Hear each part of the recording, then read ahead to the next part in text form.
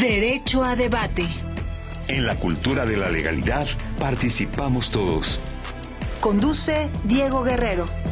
Y como cada martes les agradecemos que nos sintonicen por el 96.1 FM Radio UNAM. En esta ocasión hablaremos sobre el huracán Otis, qué hacer en caso de un desastre natural. Y para ello nos acompaña Keren Guevara Cayetano, estudiante de quinto semestre de la Facultad de Derecho de la UNAM. Y asimismo también ella viene del estado de Guerrero. Hola Marijo, mucho gusto, muchas gracias por esta invitación. Me es grato estar el día de hoy aquí para hablar de este tema tan importante para mí como guerrerense y por supuesto para todos nuestros oyentes. Muchísimas gracias, Keren. A ver, cuéntanos, ¿qué sabes sobre el tema que vamos a hablar el día de hoy? Claro que sí. Ha pasado una semana desde que el huracán Otis, lo que en un inicio se pronosticaba como una tormenta tropical de bajo riesgo, terminó por convertirse en un huracán categoría 5, cuyo paso por la Costa Grande de Guerrero y el puerto de Acapulco dejó la zona devastada, incomunicada y en estado de emergencia. Un huracán de esta magnitud se clasifica en la escala de vientos de huracanes de Saffir-Simpson, de acuerdo con la velocidad de sus vientos internos, que pueden superar hasta los 250 kilómetros por hora por olas de 6 metros o más. Otis ha resultado sin duda alguna un fenómeno natural sin precedentes, que supera por mucho el huracán Paulina en 1997 y el huracán Manuel de 2013, ambos en el estado de Guerrero. Todo esto resulta relevante porque ha puesto en discusión cuáles deben ser los mecanismos para prevenir y resarcir los daños ocasionados por desastres naturales. Para hablar de este tema se encuentra con nosotros el doctor Oscar Ruiz Vargas, director de Procedimientos Institucionales y Administrativos de la Oficina de la Secretaría de Educación Pública y Federal, y el doctor Gustavo Castañeda Camacho, académico de la Facultad de Derecho de la UNAM de tiempo completo y doctor en Derecho. Buenas tardes, doctor. ¿Qué tal? Muy buenas tardes. Es un gusto estar con ustedes y poder platicar sobre un tema, pues la verdad, muy complejo, al mismo tiempo interesante y que, bueno, tiene distintas implicaciones. Lo vamos a ir comentando a lo largo de la plática que vamos a tener el día de hoy, ¿no? Implicaciones que obviamente afectan cuestiones jurídicas, pero que también está relacionado con aspectos éticos. Y esencialmente, ¿no? Creo que una de las preguntas que vamos a tratar de abordar el día de hoy es justo qué podemos hacer frente a este tipo de riesgos y catástrofes de naturaleza que se puedan presentar aquí en nuestro país. Muchísimas gracias, doctor. Buenas tardes a nuestros invitados. Muchas gracias, Keren. Vamos ahora a escuchar voces universitarias. ¿Qué opina nuestra comunidad sobre el tema del día de hoy? Y regresamos, no se vayan. Esto es Derecho a Debate. Las voces universitarias.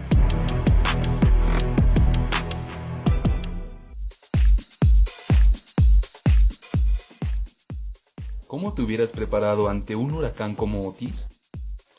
Yo creo que nadie está preparado para este tipo de cosas, pero sí es importante tener reservados como los documentos oficiales, identificaciones en dado caso de que llegue a pasar algo así.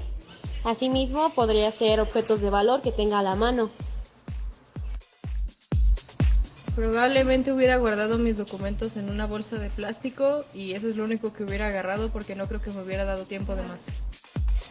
Pues creo que seguiría las recomendaciones que las brigadas, en este caso, que se encargan de ayudar o de auxiliar a la gente que pues se encuentra en peligro por el huracán, pues haría lo que ellos indican, ¿no? Que es básicamente introducir en una mochila aquello que es importante, como documentos de identificación, algún par de víveres, más que nada, pues si hay que transportarse a otro lugar, y un radio, que es algo muy importante porque al no haber electricidad o algo, pues la radio puede funcionar con pilas y es una manera también en la que te mantienes informado acerca de cómo está la situación. Síguenos en Instagram, Facebook y Twitter como Derecho a Debate. Escuchas Derecho a Debate. Recuerden que estamos en Facebook, Instagram, TikTok y X como Derecho a Debate. Nos encontramos hablando sobre el huracán Otis, qué hacer en caso de un desastre natural. Doctor Gustavo Castañeda, me gustaría comenzar con usted para que nos dé un poco sobre el contexto de este huracán. ¿Qué se está viviendo ahorita en estos momentos en el estado de Guerrero? Sí, bueno, pues ¿qué se está viviendo en los últimos días en el estado de Guerrero? La verdad es de que se está viviendo tiempos de gran incertidumbre, ¿no? De muchas preocupaciones, de tensión por parte de la ciudadanía, así como también por parte del Estado mexicano. Y la realidad es de que nos enfrentamos frente a un fenómeno de la naturaleza que en cierta medida nos ha llegado a desbordar, toda vez que en menos de 12 horas una tormenta tropical, ¿no?, se transformó en el huracán más intenso que ha tocado el Pacífico mexicano. Digamos que en un tiempo récord, el huracán Otis fue tomando fuerza y fue alcanzando una categoría hasta de pasar de ser una tormenta tropical hasta un huracán de categoría 5, esto de acuerdo a la escala de Saffir-Simpson. Y bueno, con esa fuerza, digamos, el huracán golpearía y demolería gran parte del puerto turístico de Acapulco, en el estado de Guerrero. Así como sabemos, se vería afectado gran parte del sureste mexicano, que por cierto se trata de una de las zonas con mayor índices de pobreza en nuestro país, dejando pues a lo largo un escenario bastante trágico, un escenario de devastación. Hasta el momento hay distintos reportes, ¿no?, que se nos ofrecen y se mencionan que hay más de 20 personas desaparecidas, ¿no?, fallecidos también, desafortunadamente, miles de personas que han quedado aisladas, personas que también permanecen incomunicadas y sin acceso pues a alimentos ni a servicios básicos. Así que simplemente creo que de primera entrada podríamos nosotros comentar que se trata de un evento trágico, hablaríamos ahora sí que de una tragedia, y que pues no queda más que hermanarnos y tratar de buscar esfuerzos conducentes para salir adelante de este tipo de eventualidades y de contingencias. Claro que sí, como ya escuchamos, pues es un evento que fue inesperado y sobre todo devastador, y que hasta la fecha todavía, a pesar de que ha pasado una semana, la gente todavía no termina de recuperarse en esta situación. Keren nos acompaña aquí en los micrófonos de Radio UNAM. Gracias, Marijo. Me gustaría dirigirme al doctor Oscar Ruiz Vargas, preguntándole cuál es su opinión al respecto sobre este acontecimiento tan devastador. Bien, Keren, Marijose, doctor Gustavo, un gusto, un placer estar aquí en esta cabina, en este programa el día de hoy. Primero, pues, comentar que son hechos muy lamentables, hay pérdida de vidas humanas, y en ese sentido, pues un abrazo fraterno y solidario para familiares, para amigos que han tenido alguna pérdida, y en ese contexto creo que es lo que más se resiente, ¿verdad? Un evento tan trágico como este, pues nos lleva no solamente en algunos casos a perder la vida, también a perder el patrimonio, que con mucho esfuerzo se ha generado durante mucho tiempo, pero también rompe sueños, ¿verdad?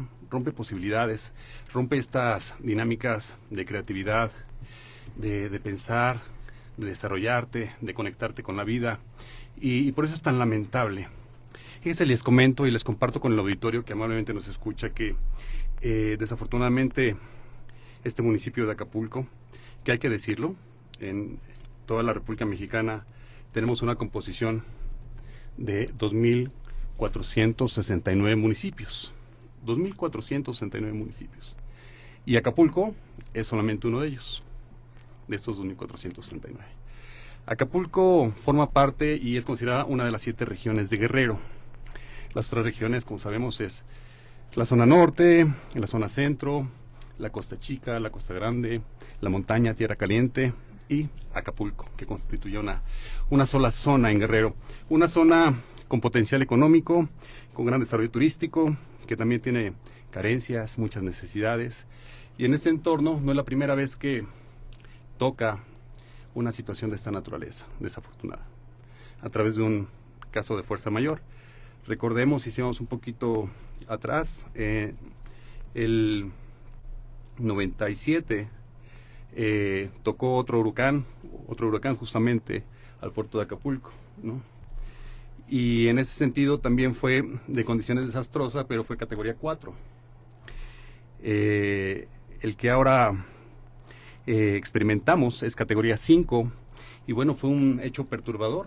De momento a momento, en poco tiempo, se cambiaron las condiciones climáticas, temperatura del agua, presión, y esto consolidó que se generara una catástrofe de grandes dimensiones.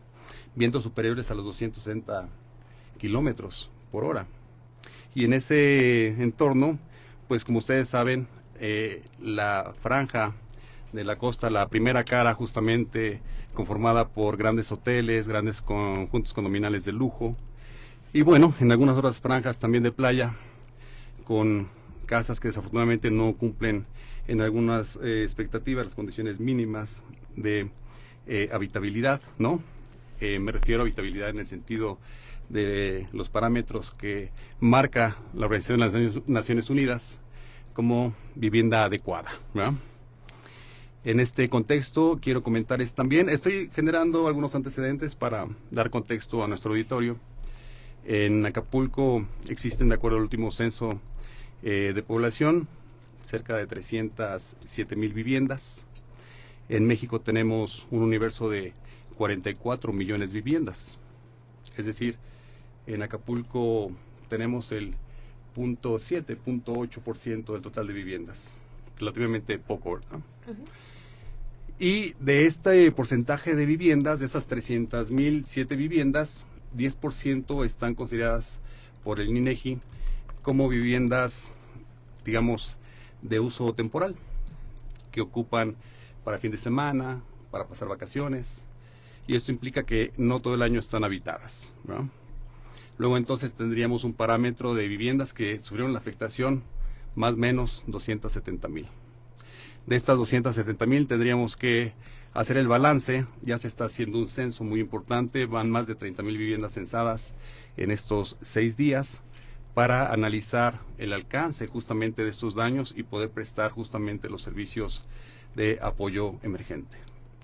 Es importante señalar a nuestro auditorio que el contexto justamente de una salvaguarda, de un apoyo de carácter gubernamental a través del Estado, y que se deriva justamente de la soberanía del Estado mexicano, es que se tiene que prestar de inmediato ayuda humanitaria cuando hay un desastre de estas condiciones, de esta naturaleza. ¿Qué se hace? Primero, en primer momento, justamente prestar esta ayuda humanitaria. En segundo momento, resguardar a la población de cualquier tipo de riesgo. ¿A través de qué? Recordarles que hay una regla muy elemental, muy importante, que es la regla 333, ¿verdad? Así la comento con mis alumnos. Un ser humano, pues, difícilmente sobrevive 3 minutos sin respirar. Un ser humano sobrevive difícilmente 3 días sin suministro de agua. Un ser humano sobrevive difícilmente sin comer, pues, 3 semanas, ¿verdad? Son los elementos, los insumos súper indispensables para poder sobrevivir. ¿Qué es lo que le interesa al Estado mexicano? Salvaguardar lo más preciado, que es la vida. Y en este contexto, una vez poniendo a salvo la vida, ya se empezará a programar las condiciones y los efectos necesarios para la recuperación primero de la infraestructura. Me refiero, por ejemplo, a las comunicaciones, a las vialidades, a la comunicación terrestre, medios de comunicación, la cuestión de la actividad de algunos espacios públicos para recibir ayuda humanitaria, como puede ser escuela, los mismos hospitales, saber que estén en condiciones óptimas de poder atender o regulares para poder atender y hacer frente a esta catástrofe. Y bueno, si no hay las condiciones suficientes y necesarias en ese punto geográfico, tendrán que realizar los traslados como ya lo han venido haciendo, algunos inclusive en helicóptero, ¿verdad? Sobre todo de niños, de pequeños, recién nacidos, menos de edad, gente ya con algunas enfermedades de grado avanzado. Y bueno, en ese sentido, ya que se pone en expectativa de resguardo, ya se empieza a generar otro tipo de condiciones para tratar de recuperar la normalidad. Para hacer un recuento, también en nuestro auditorio hemos pasado por fenómenos naturales increíbles, completamente desastrosos en todas las prácticamente latitudes del globo terráqueo. Claro, sismos, huracanes, tormentas, etcétera. Sin duda. Recordemos, por ejemplo, el terremoto acompañado de un tsunami, ¿verdad? En la isla de Sumatra, en el Océano Índico. Cobró la vida de más de 200,000 personas. daños que todavía no se han podido recuperar hasta la fecha. Y ya tenemos prácticamente 2 décadas de ese acontecimiento. Claro que sí. Otro de los más recientes fue Katrina, ¿recuerdan? El Golfo de México, justamente, que afectó de manera directa a Nueva Orleans. Y del cual, si ustedes se dan una vuelta todavía hoy en día, después de haber transcurrido 18 años, siguen viendo los impactos de aquel huracán. Claro, y con estos, pues todos estos antecedentes que tenemos, obviamente nuestros marcos normativos, nuestros protocolos se tienen que ir fortaleciendo porque bien dicen que el ser humano es el único que tropieza con la misma piedra 2 veces, ¿no? Y en este caso, doctor Gustavo, me gustaría preguntarle si en México existe alguna legislación que prevea temas relativos a desastres naturales y de qué hablan. Claro que sí. Bueno, muchas gracias por la pregunta, María José. Bueno, efectivamente sabemos nuestro país cuenta con un andamiaje jurídico e institucional bastante robusto en el que se trata de atender distintas necesidades por parte de la comunidad, de la sociedad mexicana, y en este caso, pues, frente a este tipo de eventualidades y de contingencias, no es la excepción. México cuenta justamente con algunas instituciones, así como también con legislación en la materia. Aquí el punto, ¿no?, creo yo, María José, radica en el hecho de que a pesar de que existe la normatividad, ¿no?, a pesar de que existen las normas jurídicas encaminadas en ese sentido, preguntarnos hasta qué punto la gente conoce esas normas, sabe de la operatividad de las instituciones y todavía más importante aún, la eficacia que puedan tener las distintas normas. Y esto lo comento porque justamente sabemos que anteriormente existía el Fonden, este fideicomiso creado a finales de la década de los 90 por José Ángel Gurría Treviño, en ese momento otrora secretario de Hacienda, en el que se buscaba atender distintos efectos adversos que se podrían originar o que se podrían causar por desastres naturales, así como, digamos, paliar o tratar de aminorar los efectos negativos que pudieran presentarse por parte de los desastres de la misma naturaleza, ¿no? Cosas que evidentemente sobrepasan las capacidades humanas, ¿no? Desafortunadamente este Fonden desapareció, ¿no? Ya ha quedado extinto, por así decirlo, y hoy en día solamente tenemos un programa presupuestal en el que, digamos, este Fonden ha pasado a convertirse principalmente en un mecanismo que permite ahorrar, ¿no? Le permite ahorrar al gobierno para garantizar justamente algunos recursos que busquen el apoyo de los estados y atender algunas de estas, digamos, medidas y desastres que se puedan presentar, ¿no? Por otro lado, también valdría la pena comentar que existe el Senapred, el cual realiza y digamos, coordina, gestiona y realiza investigaciones sobre el origen, el desarrollo, el comportamiento y también las consecuencias negativas que puedan tener algunos fenómenos de la naturaleza, ¿no? Estos fenómenos que pues pueden causar desastres y cuyos resultados inciden de cierta manera en la población, pero que también pueden impactar en el desarrollo de las tecnologías, así como en la manera en la que podríamos prevenir, ¿no? Tratar de identificar algunos riesgos y de esta suerte y bajo la misma inteligencia tratar de hacer algunas acciones tendientes no solamente a reaccionar, ¿no?, sino a prevenir, ¿no? Algo que sabemos lamentablemente tienen las normas mexicanas, las normas jurídicas mexicanas y en general muchas legislaciones a lo largo del mundo, es de que buscan, ¿no?, actuar, ¿no?, reaccionar una vez que ha pasado el desastre, pero no prevenir. Así que de esta manera creo que deberíamos de tratar de crear alguna legislación, ¿no?, que trabaje al mismo tiempo con otro tipo de especialistas que tengan algún conocimiento o alguna expertise en la materia, ¿no? O sea, no solamente los juristas y los abogados creando leyes o los legisladores propiamente, sino también trabajar con científicos, con biólogos, ¿no?, con personas que verdaderamente sepan de esos temas, ¿no? Así que finalmente, nada más para atender tu pregunta, María José, existe por otro lado la Ley General de Gestión Integral del Riesgo de Desastres y Protección Civil, la cual, digamos, se cristaliza como un programa, como un medio, como un programa de carácter social, en el que también, digamos, viene a trabajar de la mano con algunos fondos para tratar de, digamos, atender este tipo de desastres de la naturaleza que se puedan presentar. Claro. Les recordamos que nuestros teléfonos de cabina son 55 55 23 54 12 y 55 55 23 76 82. Y justamente hablando sobre esto de la cuestión de la cultura de la prevención, Pedro Torres, de la alcaldía Tlalpan, de 43 años, nos pregunta, doctor Oscar, ¿cómo podría asegurar mi casa en caso de una catástrofe natural? Bueno, aquí en la figura del aseguramiento es una figura que tiene que preverse con anticipación. Claro. No es una vez que ya pase la catástrofe voy a generar un aseguramiento por parte de alguna institución que propicie este servicio. Hay diferentes instrumentos en el mercado actualmente de los que se disponen los consumidores para efecto de generar un contrato de aseguramiento del inmueble, ya sea una casa, departamento, oficina, centro comercial, local comercial.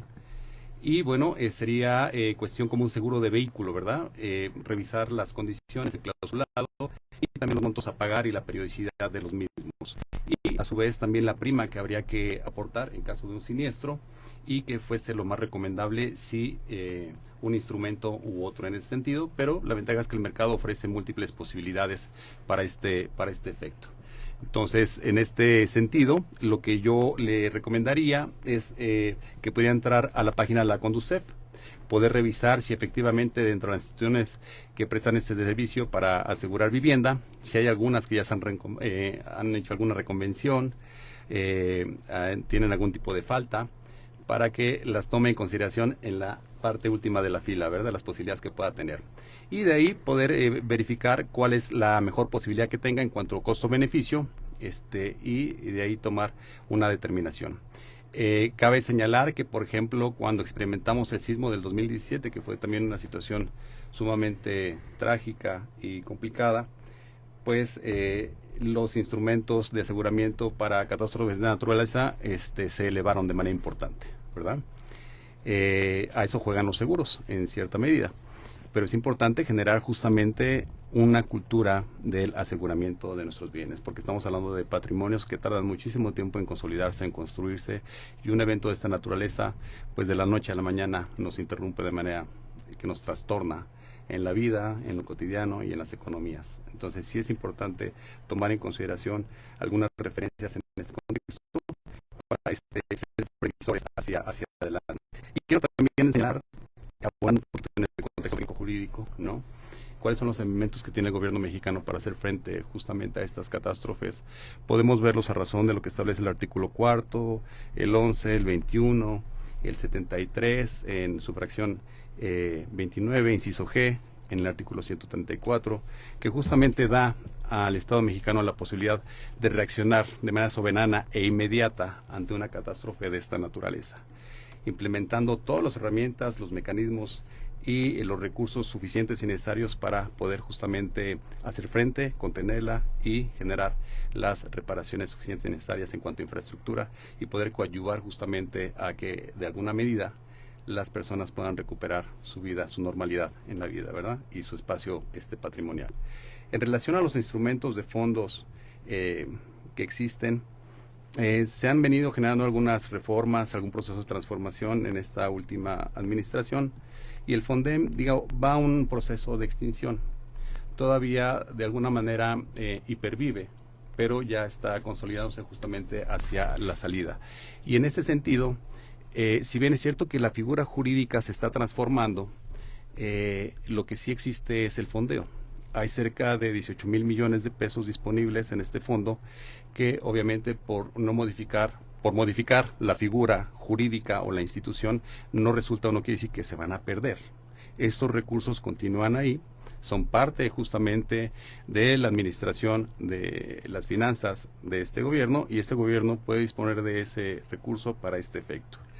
Recordemos también, justo como bien lo señala el doctor Gustavo, este FONDEM se creó en la administración de Ernesto Zedillo, el expresidente, justamente casi concatenado con con el huracán Paulín, ¿no? Que es el que les comentaba hace un ratito, que tocó tierra en Acapulco, en aquel fecha del 97.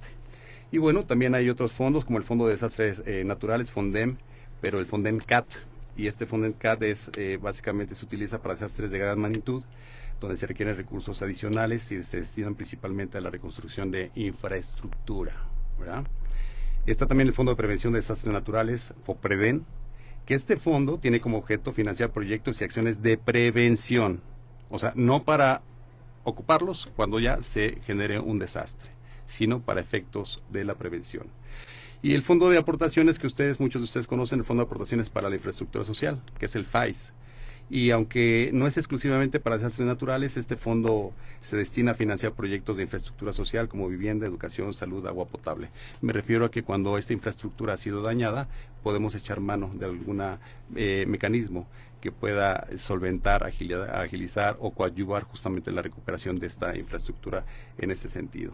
Y bueno, el recurso está disponible. Recordemos que hicimos un ejercicio por ahí del 2017, justamente después de septiembre, del acontecimiento del sismo que devastó la Ciudad de México y Morelos y Chiapas y Puebla, ¿no? Y algunas entidades federativas quedaron muy complicadas. Se dispuso de un fondeo superior a los 200,000 millones de pesos. Entonces puedes hacer uso de algunos instrumentos financieros nacionales y extranjeros, algún tipo de fondeo y de procesamiento de economías para hacer frente justamente a estas catástrofes, ¿verdad? El último reducto o bastión sería el endeudamiento, pero si el endeudamiento no lo aplicamos de sobremanera para superar la pandemia, creo que ahora también tenemos la posibilidad de generar instrumentos saludables que nos permita en un momento determinado no endeudarnos, ¿verdad? Ahora, por otra parte, es importante señalar que mucha de la franja afectada corresponde a la iniciativa privada, empresarial, hoteleros, proyectos económicos, que al final del día ellos tienen una utilidad o una ganancia por la operación de sus inmuebles, ¿verdad? Y regularmente los hoteleros o los restauranteros o las personas que tienen algunos espacios de carácter comercial cubren esta figura del aseguramiento, ¿verdad? Y lo empatan ya dentro de justamente los gastos que se generan en esta ruta para efecto de poder procesar cualquier tipo de intervención de caso fortuito como el que se da y se ha visto justamente en el puerto de Acapulco. Luego entonces el Estado mexicano, que tendría que operar, establecer los mecanismos suficientes y necesarios para atender los puentes y rehabilitar justamente la economía del puerto de Acapulco, justamente con todos sus componentes públicos y privados, y también tendría que fortalecer la ruta para la recuperación económica de la población en general. Claro, para garantizar sí. Tener acceso primero a la alimentación, al agua potable y obviamente recuperar su espacio de vida, ¿verdad?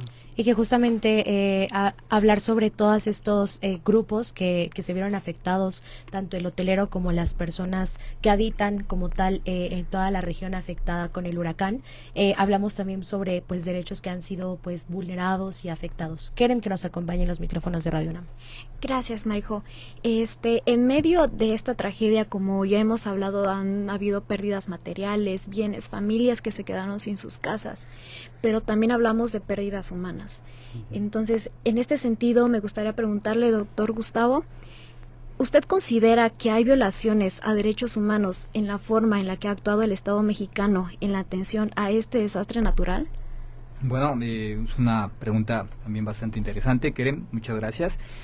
Es complicado decir prima facie si el Estado mexicano ha estado violentando, vulnerando derechos humanos hasta el momento. Creo que sería un poco, ¿no?, un despropósito de mi parte decir algo por el estilo, pero sí me gustaría mencionar que el Estado mexicano en efecto puede llegar a violar derechos humanos, en este caso por su actuar o por una omisión que esté realizando en la manera en que se debería de comportar frente a este tipo de eventualidades. Así que, bueno, hay que destacar que hay una amplia base de derechos humanos que en este momento se encuentran, digamos, en tela de juicio o que podrían caer en graves violaciones. hablaríamos en este caso pues del derecho a una vida digna, el derecho a la vivienda, el derecho al agua, así como también otro tipo de mecanismos y de digamos de derechos que debería de gozar la ciudadanía, ¿no? Pero que desafortunadamente por una cuestión de emergencia pues no lo pueden hacer a todas luces, ¿no? Justamente creo que las catástrofes naturales, como en este caso el huracán, los terremotos, que ya también se han estado mencionando, las inundaciones y los huracanes, pueden tener amplias implicaciones, ¿no? Muy significativas desde el punto de vista de los derechos humanos, ¿no? En este caso, de entrada, deberíamos de considerar que el Estado tiene que hacer todo lo correspondiente, tiene que generar las normas jurídicas, tiene que establecer los mecanismos y el andamiaje institucional para la protección y salvaguarda de los derechos. Pero también habría que mencionar que existen ciertos estados de excepción, ¿no? En los de que, pues, por cuestiones problemáticas, el Estado tampoco se podría, digamos que, defender a todas luces o a toda costa este tipo de derechos, ¿no? Hablaríamos de situaciones donde pueden haber excepciones, en este caso como las catástrofes, como algún tipo de desastre natural, donde sabemos ahí sí existiría una justificación real para que el Estado pueda, de cierta manera, no vulnerar los derechos, esto hay que comentarlo, pero sí limitarlos, ¿no? Sí podría llegar a limitar ciertos derechos, ¿no? De hecho, la Corte Interamericana de Derechos Humanos, en algunas opiniones consultivas, ha mencionado que en estados de excepción, o en algunos estados de desastre, el Estado en sí puede llegar a limitar el ejercicio de ciertos derechos, ¿no? Como puede ser algunos derechos como de libertad de tránsito, o sea, algunos derechos no tan esenciales, por así decirlo. Bueno, a pesar de que sabemos que todos los derechos humanos tienen el mismo nivel de importancia, que son universales, ¿no? Que son interdependientes, que son progresivos y que también son inalienables. A pesar de estas características intrínsecas que guardan los derechos humanos, sí podríamos quizá en este momento realizar un ejercicio de ponderación, muy al estilo de Robert Alexy, y pues justo efectuar un mecanismo, un ejercicio donde pongamos a ponderar si digamos que la protección o la vulneración de un derecho frente a otro prevalece, ¿no? En este caso por ciertas circunstancias, ¿no? Así que bajo un análisis de ponderación, ¿no? Siguiendo las principales puntos o elementos de la teoría de Alexy, como es la necesidad, como lo es la proporcionalidad, ¿sí? Hacer entonces un análisis, un test de proporcionalidad que nos permita, digamos, evaluar en qué casos sí se podría llegar a limitar un derecho y cuándo no se podría limitar uno de estos derechos, ¿no? Así que frente a, digamos, los desastres y frente a este momento tan climático en el que nos encontramos, ¿no? Este momento, pues deberíamos también, por un lado, el Estado mexicano llegar a priorizar los recursos, ¿no? Debe de saber cómo utilizar los recursos que tiene en situaciones de escasez para justamente no vulnerar más derechos humanos. Tomar decisiones, también esto es otro punto muy importante.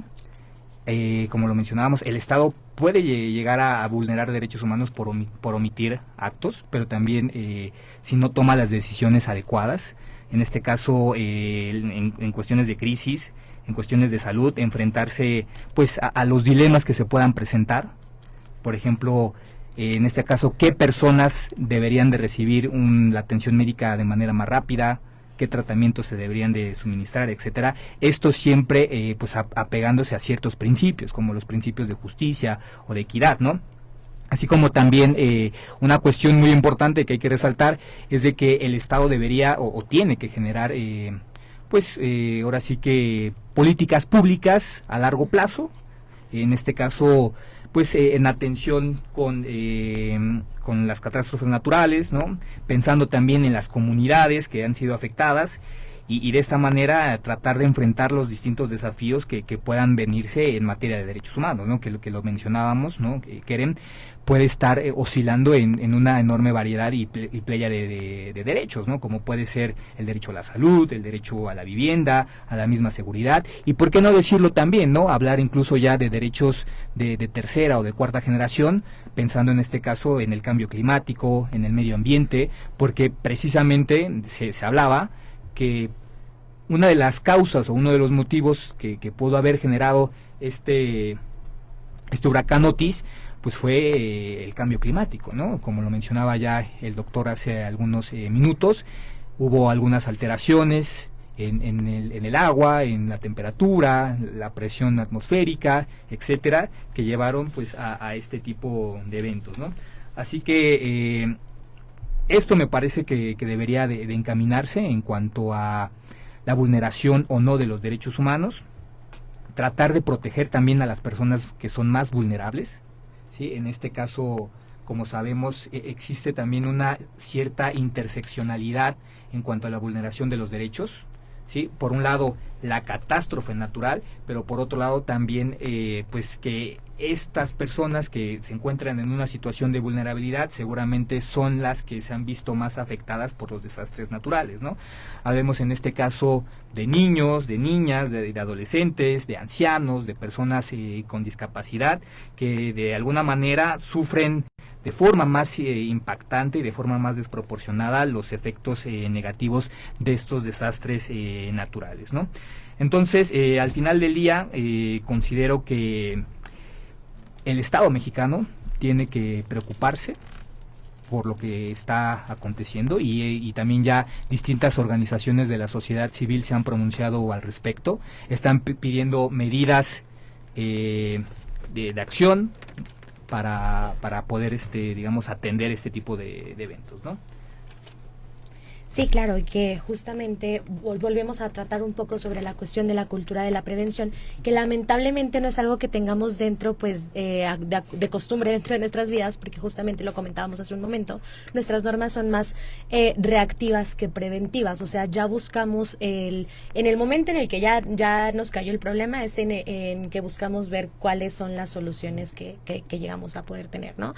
Y en este caso, nuestro locutor Diego Guerrero tiene una dinámica y que también la voy a hacer yo y voy a jugar un poco al abogado del diablo, como él dice, y en este caso me gustaría preguntarles cuál es su opinión al respecto del actuar de las autoridades. ¿Lo han hecho bien? ¿Lo han hecho mal? Doctor Oscar Ruiz. Bien, Marijose, Keren, Diego, pues mi punto de vista es que lo han hecho extraordinariamente bien. Ante un estado de emergencia de esta naturaleza implicaría que las primeras 72 horas son cruciales para justamente salvaguardar la vida.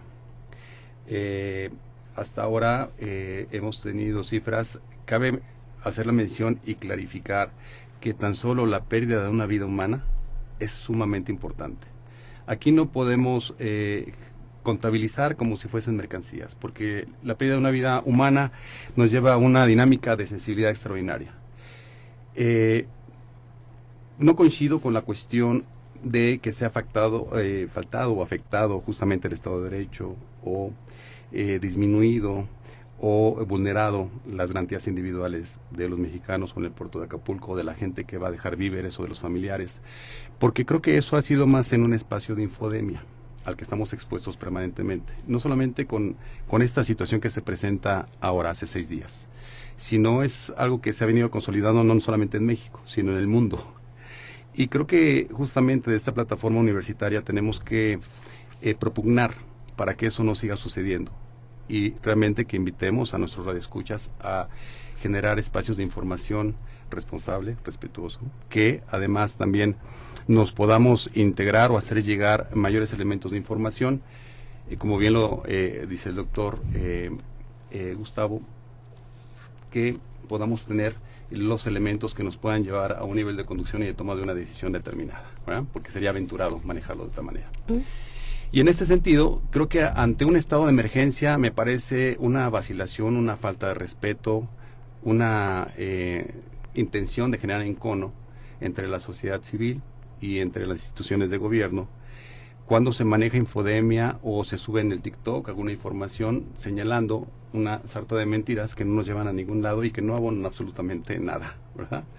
Tuve el privilegio de poder estar justamente en el estado de Guerrero desde el día jueves y regresar el día domingo, y constaté de propia fuente, por propia cuenta, que no había ningún tipo de intervención desafortunada, ni de la Guardia Nacional ni del Ejército. Al contrario, estaban dando todas las facilidades para poder hacer llegar la ayuda de manera presencial. Mucha gente de Acapulco salió del puerto para cargar gasolina. Había grandes colas, grandes filas esperando el suministro de combustible justamente en Chilpancingo, inclusive en Cuernavaca. Y muchas de las personas fueron por víveres a los centros comerciales de Chilpancingo, de Cuernavaca, de Iguala, pero no pasó de eso.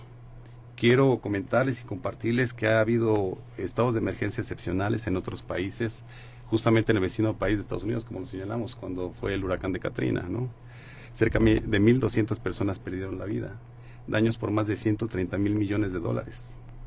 Ahí la Guardia Nacional, el Ejército, actuó de manera rampante y determinante para suspender justamente las garantías individuales de la población, ¿verdad? Porque se estaba generando una situación también de insalubridad, ¿verdad? Por tantos cadáveres que estaban expuestos. Lo mismo pasó en Haití. 2010, si no me recuerdo, Puerto Príncipe, después de este terremoto devastador de 7 grados y que prácticamente cobró la vida a más de 100,000 personas. Fue también una situación desafortunada. Vuelvo a retomar justamente algunos otros eventos a nivel internacional, en donde al final del día aquellos países toman la decisión de suspender justamente los derechos esenciales. Cosa similar no ha pasado aquí en México. Se ha mantenido el respeto irrestricto justamente a las garantías individuales y al derecho justamente de todas y todos los mexicanos, y en ese sentido ya estamos, me parece, en otra fase, María José, de actuación, de intervención, que ya es en un proceso de reconstrucción. A mí me da mucho gusto que ahora ya estén prácticamente superando el 50% de la restablecimiento de energía eléctrica, que ya se han echado a andar 2 plantas potabilizadoras en el puerto de Acapulco. Que eso es bastante bueno, porque hace mucha falta. Absolutamente. Hablando de alimento y de agua, hay 4 cocinas comunitarias enormes que ha montado el Ejército y la Marina para poder suministrar alimento a quien más lo necesita, y en ese sentido creo que hacemos una remembranza, ¿no? La prevención. ¿Quién de nosotros tiene una mochila de vida? ¿Va? ¿Quién ha escuchado una mochila de vida? Y de repente decimos, ¿qué es la mochila de vida y para qué sirve? Bueno, ¿qué tiene? ¿Qué lleva? Claro, ¿Y qué lleva, doctor? Para un huracán, para un terremoto, para una situación de esta naturaleza. Una mochila de vida lleva los siguientes implementos, ¿no? Que son muy importantes. Agua, mínimamente 3 litros. Insumos no perecederos, cuando menos para 3 días. Lámpara, radio de pilas, preferentemente, un silbato, una manta térmica,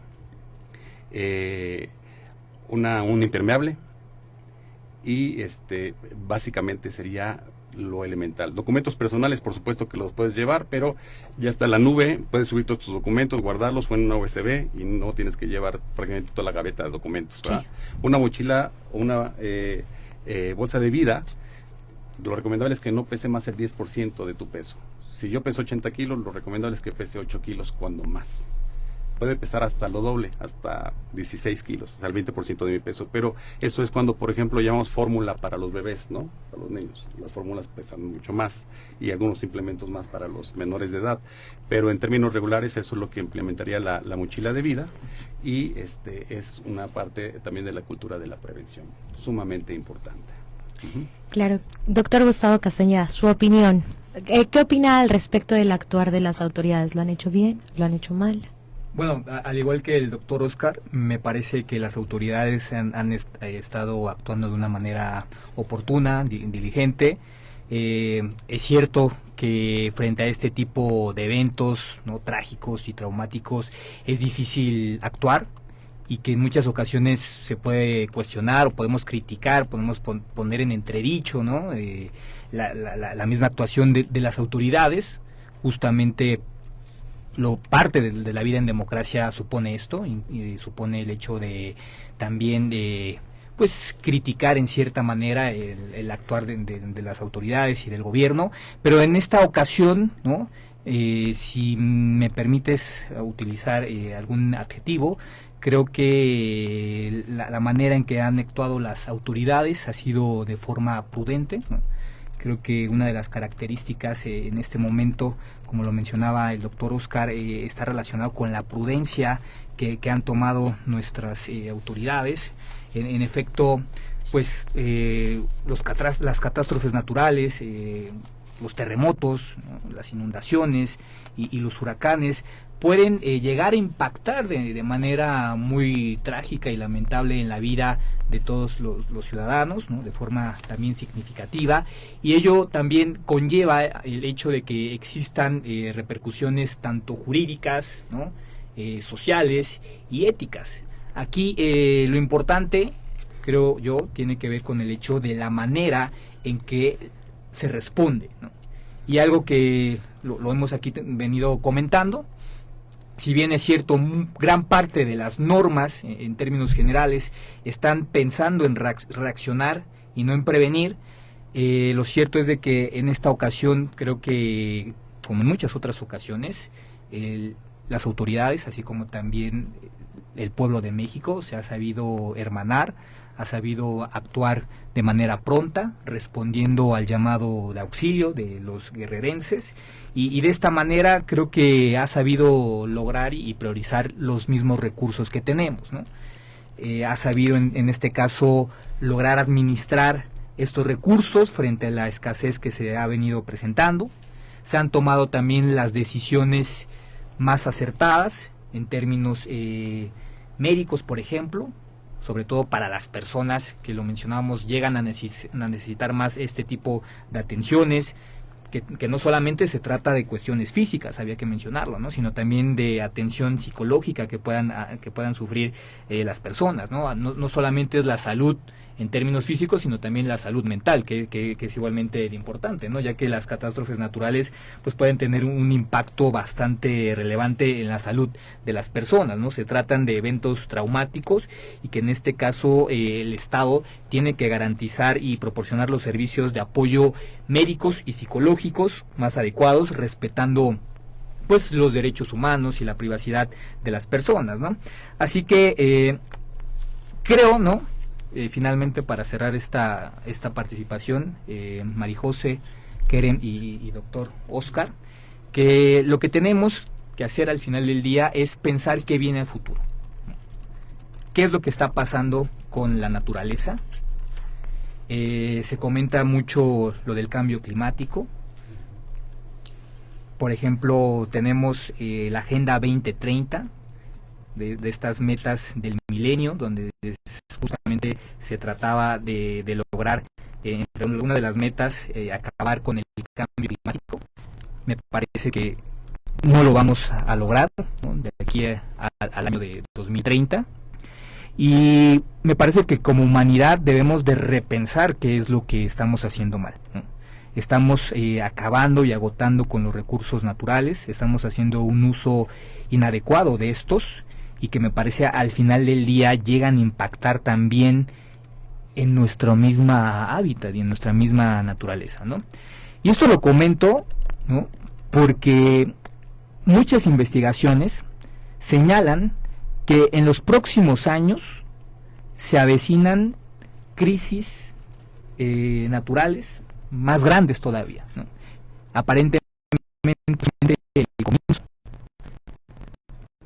lo decíamos hace momentos, ¿no?, una tormenta tropical que aparentemente no iba a evolucionar, en un par de horas, en 12 horas, evoluciona hasta un huracán nivel 5, ¿no?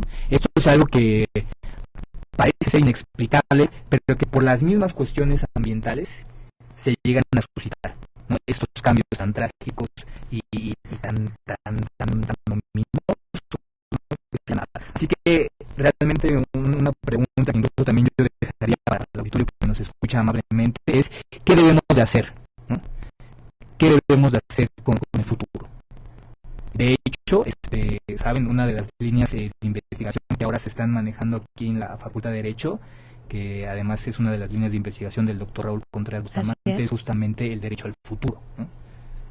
¿Qué debemos de hacer las generaciones del presente con las próximas generaciones? Tenemos un deber, tenemos una responsabilidad con las generaciones que todavía no nacen o no importa, ¿no? Esto creo que podríamos dejar como una pregunta entintada. Claro que sí, Keren. Me gustaría hacer una breve pregunta que nos envía Saúl Martínez desde los teléfonos de Derecho a Debate. Doctor Oscar, ¿qué tipo de víveres puedo llevar a los centros de acopio y existe algún límite? No existe ningún límite por ahora, no perecederos, es lo ideal, es decir, enlatados preferentemente, ¿verdad? Agua embotellada, fundamentalmente. Y bueno, es también generar una sinergia entre la sociedad, completamente, en todos los esquemas, para poder coadyuvar justamente a solventar los resultados de esta catástrofe.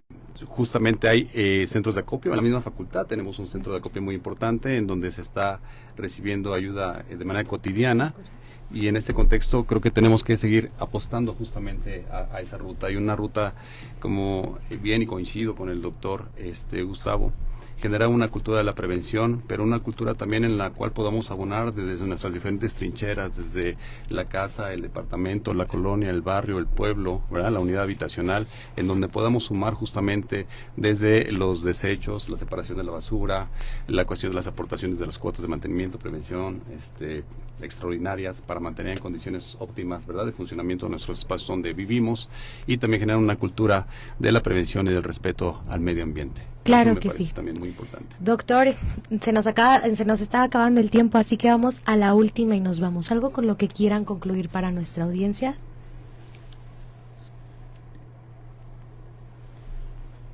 Adelante. Bueno, pues primero, antes que nada, agradecerles por la invitación, al doctor Diego Guerrero, también a ustedes, chicas, a Keren y a Marijose, por su conducción tan brillante, ¿no?, que nos han llevado a discutir temas pues de manera interesante, creo yo, para el auditorio, así como también la compañía del doctor Oscar, que me parece también nos ha dado información muy relevante, muy oportuna y práctica también sobre qué hacer en este tipo de eventualidades. Y pues nada, simplemente creo que tenemos que buscar abonar a la construcción de un México más participativo, que se involucre también en este tipo de catástrofes, ¿no? No todo es bueno siempre en un estado. Hay algunos momentos caóticos que llegamos a sufrir, que llegamos a padecer, pero que hasta el momento y afortunadamente me parece que hemos sabido salir adelante. Oscar. Sí, básicamente decirle a la comunidad, a los reescuchas, a toda la sociedad de la República Mexicana, específicamente de Acapulco, a los hermanos de Guerrero, que no hay de qué preocuparse en ese sentido, ya que tenemos un instrumento de política presupuestal del ramo 23, a través del cual podemos hacer con suficiencia económica frente a esta catástrofe. Y esto para evitar también la infodemia que se puede generar en días futuros. Y otro punto importante es felicitarles a todo el personal de esta cabina, a toda la comunidad de la Universidad Nacional de Tomás México, de la Facultad de Derecho, porque está rankeada como la 26 mejor del mundo dentro de más de 1.500 universidades de todo el mundo. Es algo extraordinario y que con gran esfuerzo e ímpetu ha logrado justamente el doctor Raúl Contreras Bustamante, y algo digno de reconocerse, ¿verdad? Esas cualidades, capacidades, esa visión del alumnado, de los profesores, por seguirse preparando, por estar a la vanguardia, no solamente en el entorno nacional, sino internacional, que también van a abonar a generar y proyectar instrumentos técnico-jurídicos hacia adelante para poder sortear de mejor manera este tipo de situaciones como las que estamos viviendo ahora. Claro que sí. ¿Qué? No, pues antes que nada reitero mi agradecimiento por la invitación a participar en este espacio al doctor Diego Guerrero. Muchísimas gracias, Marijó. Es un tema muy importante a seguir y creo que como mexicanos debemos estar más unidos que nunca. Muchísimas gracias, Keren. Pues agradecemos desde luego al doctor Diego Guerrero por permitirnos tener este espacio para poder hablar sobre este tema de suma importancia en estos días, y asimismo también agradecemos al doctor Raúl Contreras Bustamante, a la Facultad de Derecho y sobre todo a Radio UNAM. Agradecemos también en la coordinación a Renata Díaz Conti, en la asistencia a Mari Carmen Granados y Giselle Hernández, en la comunicación y difusión Giovanna Mancilla y Dominic Eble, operaciones técnicas Andrés Ramírez, producción Francisco Ángeles y Roberto, y nosotros los dejamos con la programación musical de Radio UNAM. Nos vemos el próximo martes. Por hoy concluye la discusión, pero no